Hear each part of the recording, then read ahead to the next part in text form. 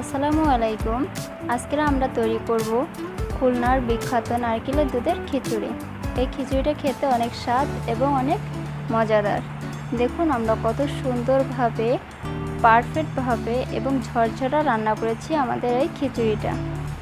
চলুন এখন দেখা যাক আমরা কিভাবে তৈরি করেছি আমাদের এই স্পেশাল খিচুড়িটা।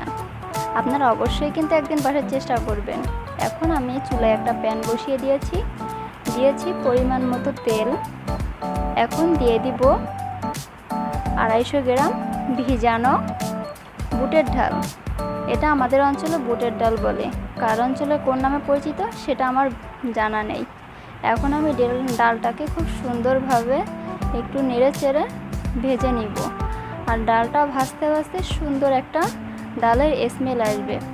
এটা অবশ্য আপনাদের তো এখান থেকে আমি বুঝিয়ে দিতে পারবো না, তবে আপনাদেরকেই বুঝে নিতে হবে। এখন আমরা দিয়ে দিব আলো চাল।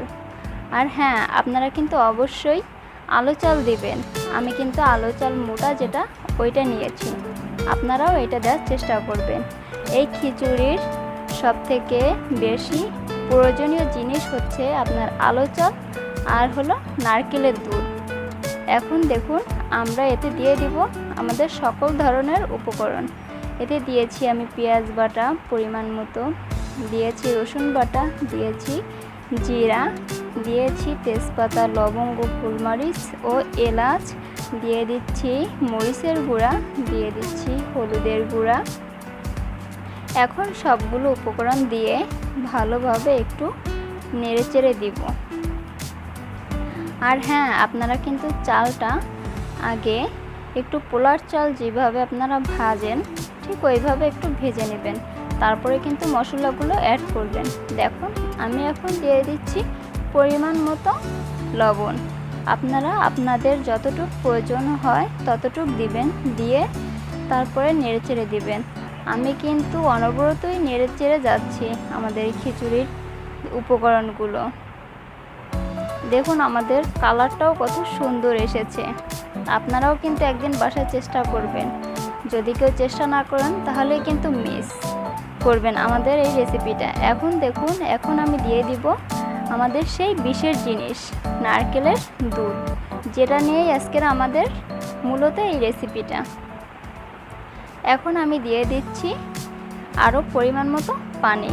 যদি আপনারা সম্পূর্ণ নারকেলের দুধ দিয়ে করতে চান তবে নারকেলের দুধ দিয়েই করতে পারেন, তবে আমি নারকেলের দুধ আর পানি দুইটাই দিয়েছি। এখন আমি একটু নেড়েচেড়ে ঢাকনা দিয়ে দিব। আপনারা যদি কখনো চেষ্টা করে একবার দেখেন অনেক মজাই লাগবে, পরে আপনারা দ্বিতীয়বার আবার করে খেতে যাবেন। আমি ঢাকনা দিয়ে দিয়েছিলাম, ঢাকনাটা উঠিয়ে আবার একটু নেড়েচেড়ে দিচ্ছি।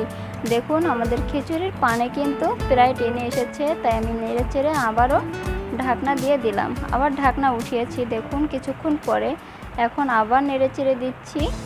দেখুন এখন কিন্তু মোটেও পানি নেই, আর আছে সামান্য।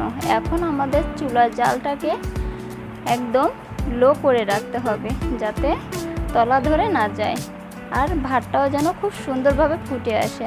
আর এখন এই পর্যায়ে দিয়ে দিচ্ছি সামান্য চিনি। চিনিটা দিলে খিচুড়ির টেস্টটা আরও একটু বেশি আসে। আমরা এরপরে দিয়ে দিব সামান্য ভাজা জিরার গুঁড়া। আগে একটু নেড়ে চেড়ে নিচ্ছি যে তলামলা ধরে গেল কিনা এটা দেখার জন্য, আর আমাদের ভাতটা সুন্দরভাবে ফুটেছে কিনা ওইটা দেখার জন্য। দেখুন আমাদের ভাতটা কিন্তু খুব সুন্দরভাবেই ফুটে গেছে, আর দেখুন কত সুন্দরভাবে ঝরঝরাও হয়েছে। দেখুন এখন কিন্তু আমি দিয়ে দিচ্ছি আমার ভাজা জিরার গুঁড়া, যেটা আমি আগেই তৈরি করে রেখেছিলাম। আমাদের খিচুড়িটা এখন সম্পূর্ণই তৈরি। এখন আমরা এটা পরিবেশন করে আপনাদেরকে দেখাবো। দেখুন কত সুন্দর আর কত ঝরঝরে হয়েছে আমাদের খিচুড়িটা।